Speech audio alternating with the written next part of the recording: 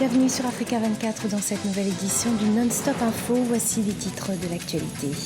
La conférence internationale sur la région des Grands Lacs s'est clôturée ce 3 juin 2018. Organisation dont l'objectif est de promouvoir la paix et la bonne gouvernance en perte de vitesse. Après 25 ans, elle cherche aujourd'hui à se donner une nouvelle orientation. Dakar, la capitale sénégalaise, a accueilli la 6e réunion des ministres du commerce en charge des négociations de la zone de libre-échange continentale africaine. Objectif, finaliser les annexes sur le protocole sur le commerce des marchandises, des échanges qui représentent aujourd'hui moins de 16%. Et puis, 5 milliards de francs CFA, c'est la somme mise à disposition par la Banque africaine de développement à la Centrafrique. Objectif, soutenir les jeunes déscolarisés et désœuvrés de la ville de Bambari. Une initiative du gouvernement qui concerne 67% des jeunes centrafricains. Créée après le génocide rwandais, la conférence internationale sur la région des Grands Lacs est en perte de vitesse. Un constat dressé lors de la dernière réunion d'évaluation ce 3 juin à Kinshasa. L'organisation avait été à l'origine mise en place pour promouvoir la paix et la bonne gouvernance dans la région. Près de 25 ans après sa création, quel bilan peut-on en retirer? Élément de réponse dans ce reportage de Jacques Amboka, notre correspondant, commenté par Viviane Baroken. Des groupes armés en activité notamment à l'est de la RDC, l'exploitation illégale des ressources naturelles, la méfiance entre certains États membres, telles sont les grandes questions qui mettent en cause la fiabilité du pacte de la conférence internationale sur la région des Grands Lacs. Comment redonner une nouvelle orientation à cette organisation régionale? La question a été au centre d'une conférence qui a réuni les coordinateurs nationaux de ces structures, tenue du 1er au 3 juin 2018 à Kinshasa.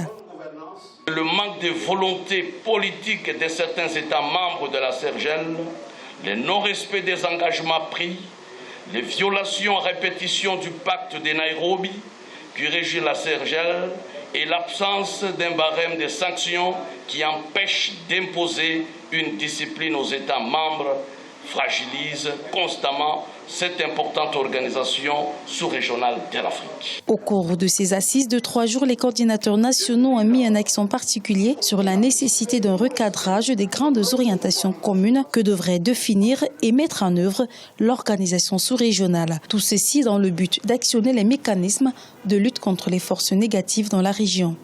Il y a des protocoles, par exemple, sur de défense mutuelle, de non-agression de défense mutuelle. Vous avez vu l'application, Kim y a 1, Kim y a 2, il y avait les militaires. C'est ça le défense mutuelle. Attaquer les forces négatives et faire le travail sur le terrain. Créée en 1994 après les troubles qui ont caractérisé la région, dont le plus marquant est le génocide rwandais, l'organisation s'était fixée comme objectif de promouvoir la sécurité, la paix et le développement durable. Elle compte 9 pays, dont la République démocratique du Congo, particulièrement secouée par les menaces sécuritaires de plusieurs ordres, le Rwanda, l'Ouganda et l'Angola, pour ne citer que cela. À Madagascar, le président Radzoan-Rimantian a nommé Christian Tsay au poste de Premier ministre, une nomination qui fait suite à la démission d'Olivier Marafala, annoncée ce lundi 4 juin, après l'injonction de la Haute Cour constitutionnelle de composer un gouvernement d'union nationale, ce afin de mettre un terme à la crise politique qui prévaut à Madagascar depuis ce mois d'avril. On écoute à ce propos Adrienne Silla, analyste politique. Le nouveau Premier ministre est un haut fonctionnaire international, en fait, qui officiait jusque-là en tant que directeur du bureau de pays de l'OIT pour Madagascar, Comores, Maurice et Seychelles. Donc, également ancien ministre du Travail de 2002 à 2003, c'est un homme qui est connu pour son ouverture et sa technicité, et ayant pu fédérer l'adhésion des principaux partis du pays sans appartenir à l'un d'eux.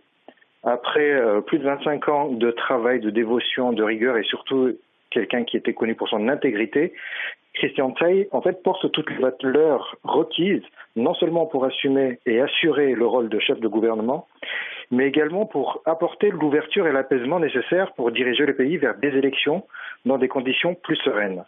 La technicité, l'ouverture et l'intégrité, donc 3 critères forts que l'on retrouve chez cet homme, qui n'a plus rien à prouver en termes de compétences professionnelles, mais qui aura fort à faire pour apaiser l'atmosphère politique qui n'a fait que se tendre au cours des dernières semaines.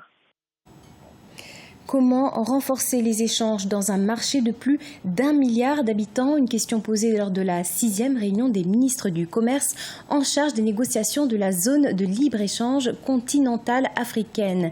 Des échanges intra-africains estimés à moins de 16%, tandis que ce niveau dépasse la barre des 60% dans les autres continents. Explication, Ibrahima Djoumaba.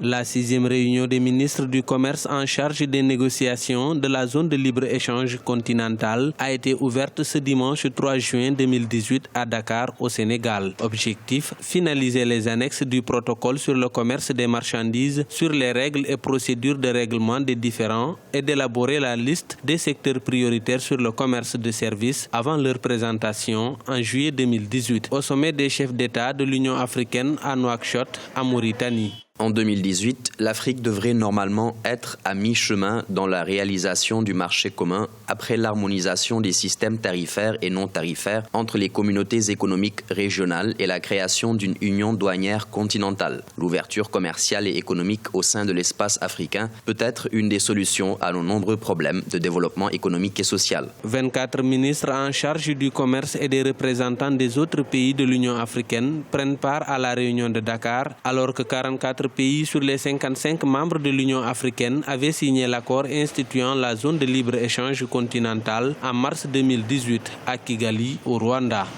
La zone de libre-échange doit définir le cadre dans lequel le secteur privé peut évoluer. La zone de libre-échange est faite aujourd'hui principalement pour le secteur privé. En rétablissant les équilibres entre l'influence des sociétés étrangères par rapport à l'influence des sociétés africaines, on donne une opportunité aux sociétés africaines de pouvoir s'investir et de pouvoir se développer. Il faut faire de la prospection, il faut aller analyser les autres marchés africains, analyser quels sont les besoins des marchés africains et pouvoir travailler de manière à pouvoir répondre à ces besoins-là. Il faut aussi que le secteur financier soit en mesure d'accompagner ce secteur privé-là, puisque aujourd'hui on sait qu'une des faiblesses du secteur privé, ce qui nous handicape, c'est l'accès au financement. Selon le ministre ivoirien en charge du commerce, Souleymane Diarra Souba, le niveau du commerce intra-africain va augmenter de plus de 52% en 2022. Selon le premier ministre sénégalais Mohamed Boun Abdallah Dionne, l'Afrique ne pèse qu'autour de 5% du produit intérieur brut mondial, avec 17% de la population mondiale pour moins de 2% des investissements directs étrangers et moins de 2% du commerce mondial. Les échanges intra-africains sont estimés à moins de 16%, alors que dans les autres continents, ce niveau dépasse la barre des 60%.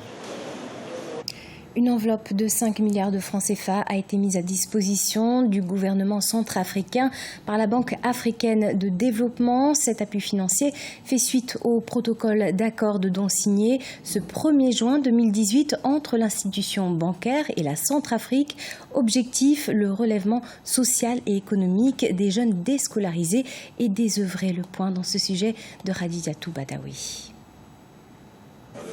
Les 5 milliards de francs CFA issus du protocole d'accord de dons signé le 1er juin entre la Banque africaine de développement et le gouvernement centrafricain sont dédiés aux jeunes déscolarisés et désœuvrés de la ville de Bambari. Bien que le gouvernement fasse des efforts considérables, 67% de jeunes centrafricains sont déscolarisés et 56% d'entre eux sont touchés par le chômage, le marché de l'emploi étant étroit du fait de la crise sociopolitique actuelle. Aujourd'hui, un besoin de formation des jeunes s'impose. Les priorités doivent se situer sur 2 ordres. La première chose, c'est de faire des formations professionnalisantes à très courte durée avec des perspectives d'auto-emploi. Parce que, comme vous savez, le tissu économique de la RCA est embryonnaire et donc ne peut pas générer les emplois nécessaires pour embaucher les jeunes. Donc, il faut miser sur l'auto-emploi et pour cela, il faut faire des formations à très courte durée avec option d'auto-emploi.